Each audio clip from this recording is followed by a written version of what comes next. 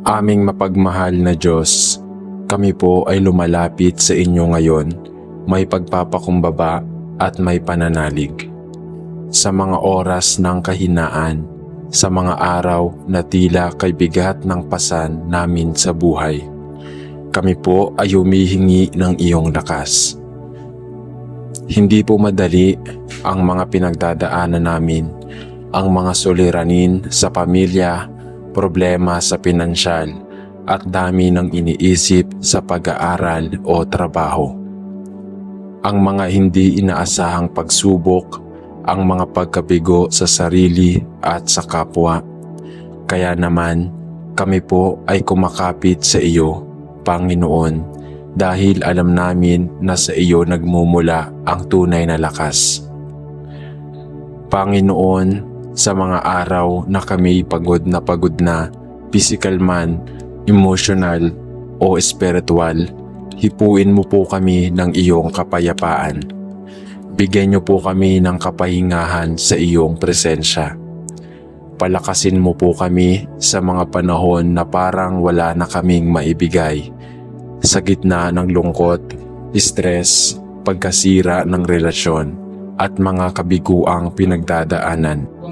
Ituro mo po sa amin na ang lakas ay hindi lamang mula sa aming sarili, kundi higit sa lahat mula sa iyo. Panginoon, palakasin mo po ang aming mga isip upang manatiling matatag sa gitna ng pagkalito. Palakasin mo po ang aming mga puso upang makapagmahal pa rin sa kabila ng sakit. Palakasin mo po ang aming mga espiritu upang hindi kami sumuko sa laban ng aming buhay. Minsan napapaisip kami kung bakit kailangan naming pagdaanan ang mga bagay na ito. Pero naniniwala po kami na may layunin ka sa lahat ng ito. Turuan mo po kaming magtiwala sa proseso, maghintay ng may pananampalataya, at magpatuloy kahit pa mahirap. Idinadalangin din po namin ang mga taong hirap ngayon, ang mga nawala ng mahal sa buhay, ang may mga sakit, ang mga nawala ng trabaho, ang mga kabataang nawawala ng direksyon, at ang mga taong pinanghihinaan ng loob. Naway abutin mo po sila at ipadama mo sa kanila ang iyong lakas at pag-ibig. Bigyan mo rin po kami ng lakas, hindi lamang para sa aming sarili, kundi upang maging tagapagpalakas ng loob ng aming kapwa. Panginoon, bigyan mo po kami ng kakayahang harapin ang bawat araw ng may tapang. Ituro mo po sa amin na kahit hindi madali, kaya naming magpatuloy kung ikaw ang aming kasama. Ipaalala mo po sa amin na kahit hindi agad dumating ang sagot sa aming mga dasal, ikaw ay laging gumagawa sa likod ng lahat ng bagay. At habang kami ay naghihintay, turuan mo po kaming magtiwala, magpakatatag at maglingkod pa rin ng may pagmamahal. Salamat po sa lakas na hindi nauubos, sa biyaya mong araw-araw naming natatanggap, at sa pag-asang patuloy mong ibinubuhos sa aming mga puso. Sa iyo namin ibinabalik ang lahat ng papuri, parangal at pasasalamat sa pangalan ni Jesus, ang aming sandigan at kalakasan. Amen. Panginoong Diyos na lumikha sa amin, ikaw po ang tunay na nakakaalam ng nilalaman ng aming puso't isipan. Sa katahimikan ng sandaling ito, lumalapit kami sa iyo, pagod, nalilito at may dalang bigat na hindi namin maipaliwanag. Hindi namin palaging nasasabi sa iba ang tunay naming nararamdaman. Madalas ay pilit kaming lumalaban kahit puno ng luha ang aming mga mata at ng kaba ang aming dibdib. Kaya naman sa iyo po kami sumasandig, O Diyos. Ikaw lamang ang nakakakita sa mga luhang hindi dumadaloy, sa mga salitang hindi masabi at sa mga sugat na hindi nakikita. Panginoon, sa mga pagkakataong kami natatakot at pinangungunahan ng pangamba, ibalot mo po kami sa iyong kapayapaan. Kapag kami po ay nalulunod na sa dami ng iniisip at parang ayaw na naming bumangon, pakatandaan mo po kami at hatiran ng lakas. Hinihiling namin ang lakas na hindi lamang pisikal, kundi higit sa lahat, lakas ng loob, lakas ng pananampalataya at lakas ng pag-asa. Sa panahon ng anxiety, naway maramdaman namin ang iyong katahimikan. Sa oras ng depresyon, pagdudahan sa sarili o matinding pagod sa buhay, hilumin mo po ang aming puso at isipan. Alam naming hindi mo kami hinahayaang mag-isa kahit hindi ka namin laging nararamdaman. Ikaw ay nariyan, tahimik na kasama naming naglalakbay. Tulungan mo po kaming magtiwala sa prosesong pinagdaraanan namin. Gabayan mo po ang bawat takbang kahit paminsan ay di namin alam kung saan ito patungo. Bigyan mo rin po kami ng mga tamang taong makakasama, mga kaibigan, pamilya o tagapayo na tutulong sa amin. Hindi hahatol, kundi makikinig at magmamalasakit. Panginoon, alisin mo po ang bigat sa aming mga balikat at palitan ito ng kaginhawaan mula sa iyo. Turuan mo po kaming magpahinga sa iyo dahil ikaw ang aming tunay na pastol. Ikaw ang nagbibigay ng lakas sa mga pagod at bagong pag-asa sa mga nawawala ng gana. Ituro mo sa amin na hindi kami mahina dahil napapagod kami. Sa halip, paalalahanan mo kami na kami malakas dahil kahit pagod kami ay patuloy pa rin kaming lumalapit sa iyo. Maraming salamat po sa iyong walang hanggang pag-unawa. Salamat sa kabutihan mong hindi nagmamaliw. Sa bawat araw na kami ay bumabangon kahit mabigat ang dinadala. Alam naming ikaw ang aming lakas. Naway sa bawat paghinga, madama namin ang iyong yakap at sa bawat takbang marinig namin ang iyong tinig na nagsasabing, "Anak, hindi kita iiwan." Sa iyo po namin itinataas ang lahat, ang aming emosyon, pagkalito at pananabik na muling maging buo. Sa pangalan ni Jesus, ang aming liwanag sa dilim at lakas sa kahinaan. Amen. Aming Diyos na makapangyarihan sa lahat, sa mga sandaling ito, muli kaming lumalapit sa iyo. Bitbit namin ang aming mga puso, pagod, sugatan, puno ng alalahanin, at minsan ay halos hindi na alam kung paano pa magpapatuloy. Panginoon, sa gitna ng maraming pagsubok sa buhay, ikaw lamang po ang aming sandigan. Sa gitna ng mga ingay sa mundo, sa dami ng iniisip, sa tambak ng responsibilidad, at sa mga biglaang pangyayaring hindi namin inaasahan, ikaw lamang ang hindi nagbabago. Patawad po kung minsan kami nagrereklamo, kung minsan ay sumusuko, pero sa kabila ng lahat, narito kami ngayon, dumudulog sa iyo, naghahanap ng lakas na hindi mula sa aming sarili, kundi mula sa iyo. O Diyos, bigyan mo po kami ng kalakasan sa aming mga ginagawa araw-araw. Sa mga nagtatrabaho upang buhayin ang pamilya, bigyan mo po kami ng lakas ng katawan at kaisipan.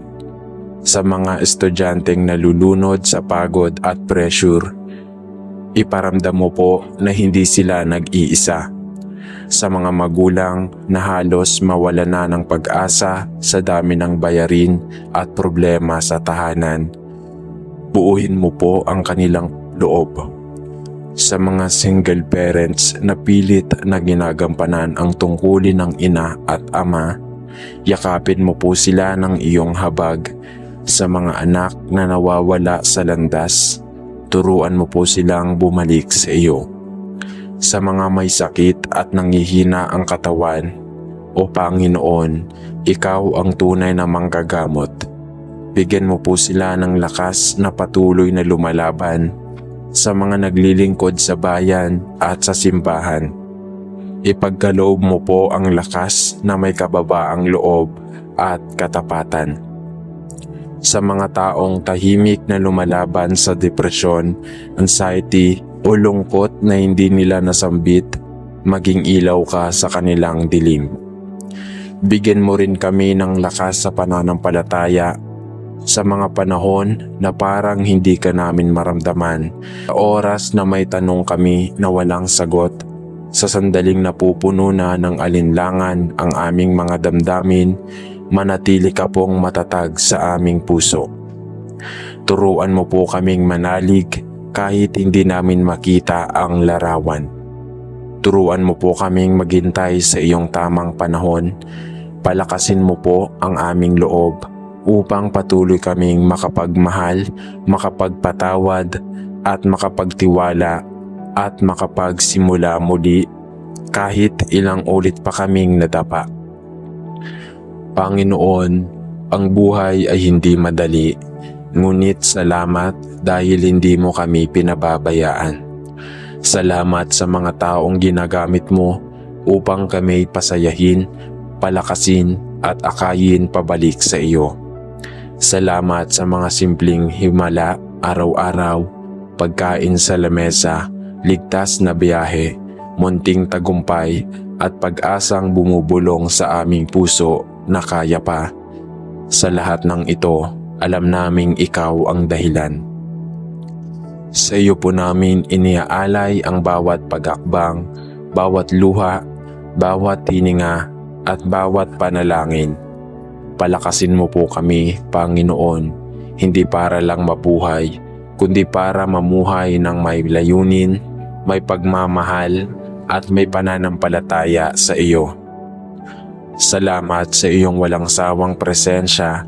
Salamat sa iyong kabutihan at katapatan mula noon, ngayon at magpakailanman. Sa pangalan ni Jesus, aming lakas, tagapagligtas at buhay. Amen.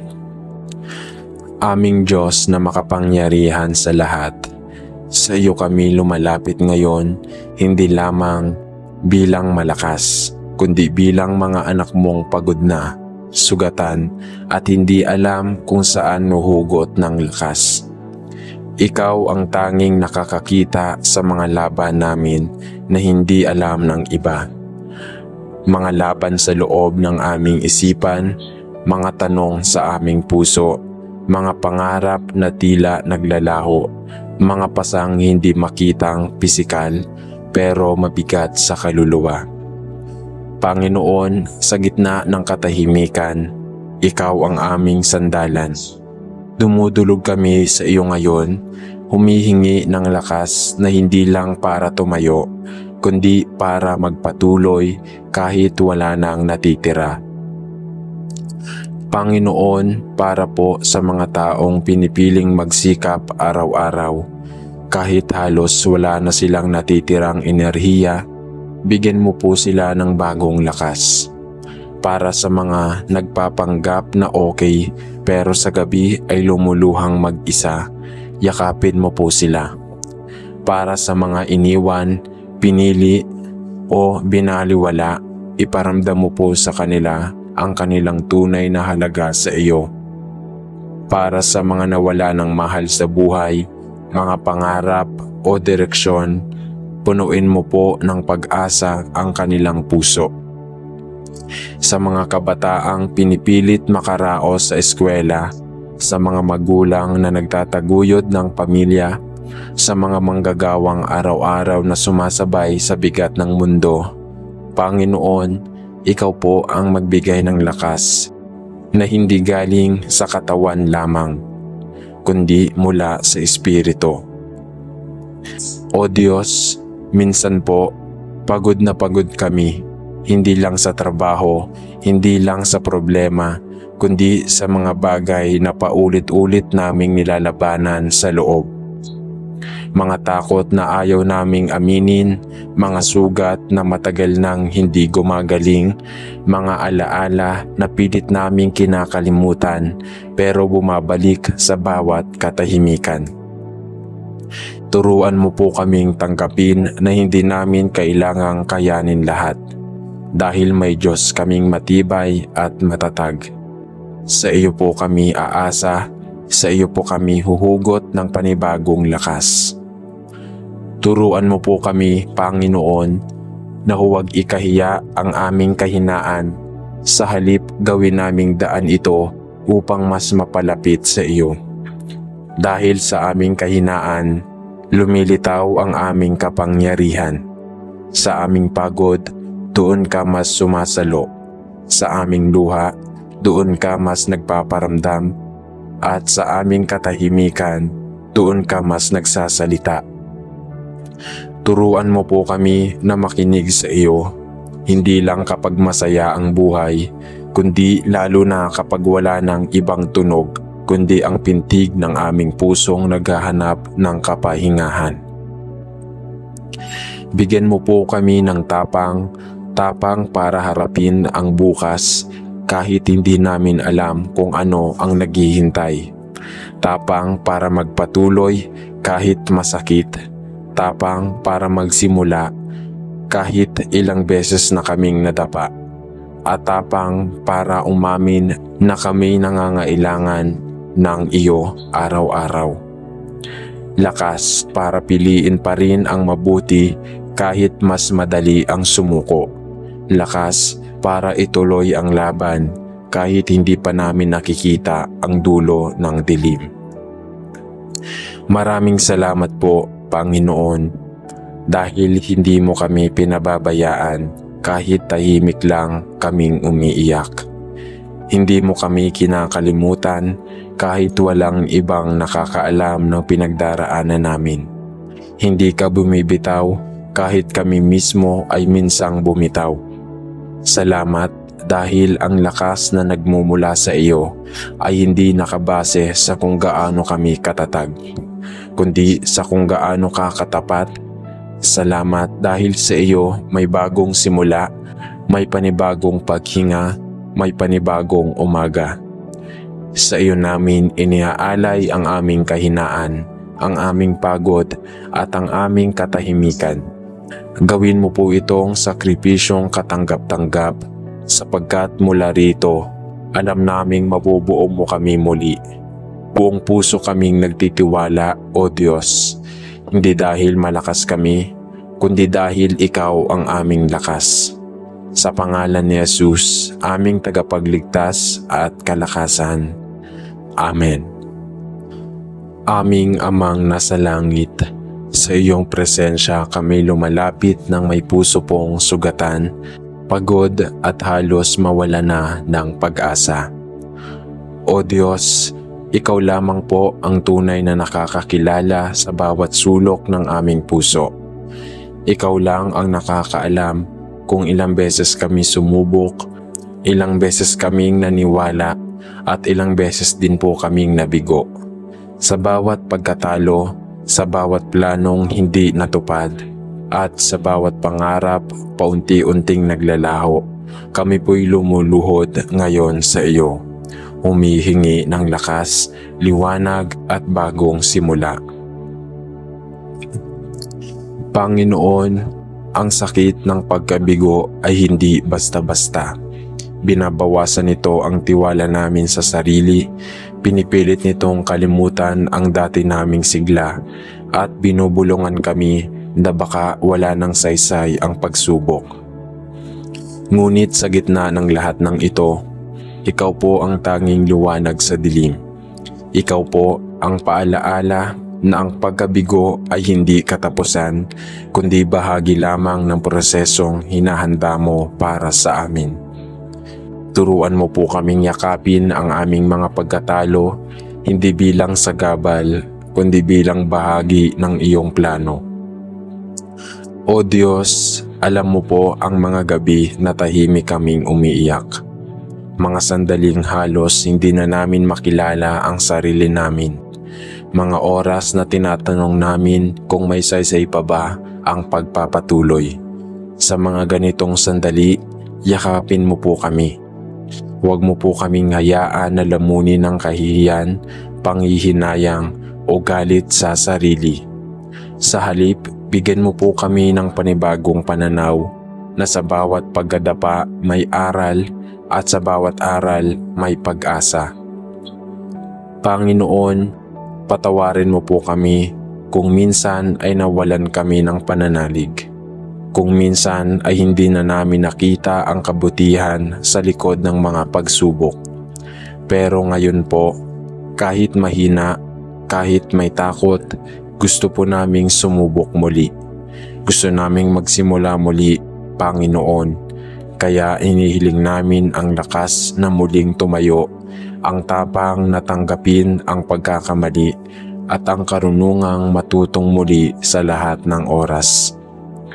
Panginoon, para sa mga nawala ng trabaho, ng negosyo, ng pangarap, bigyan mo po kami ng bagong landas. Para sa mga bumagsak sa eskwela o napahiya sa mata ng iba, iparamdam mo po sa kanila na hindi nakabase ang halaga nila sa isang pagkatalo. Para sa mga nabigo sa pag-ibig, sa pamilya o sa sarili, palitan mo po ng kapayapaan ang kirot sa puso. Panginoon, ikaw po ang Diyos ng pangalawang pagkakataon, ng bagong simula, ng muling pagbangon. Huwag mo pong hayaan na ang pagkatalo namin ay maging dahilan para bumitaw sa inyo. Salamat po dahil kahit ilang beses pa kaming magkamali, nananatili ka pa ring tapat. Salamat po dahil kahit hindi namin makita ang sarili naming halaga, lagi mo pa ring pinapaalala na kami mahalaga sa iyo. Salamat po sa pag-asa, sa lakas, sa tiwala na kahit hindi namin agad maayos ang lahat, alam naming kasama ka naming naglalakad. Dahil dito, Panginoon, tinataas namin ang aming puso sa iyo. Buong tapang naming tinatanggap ang bawat aral ng buhay. Buong pananalig naming tatanggapin ang bagong simula. At buong puso naming sasabihin, O Diyos, salamat at sa iyo kami muling bumabangon. Sa pangalan ni Jesus. Amen.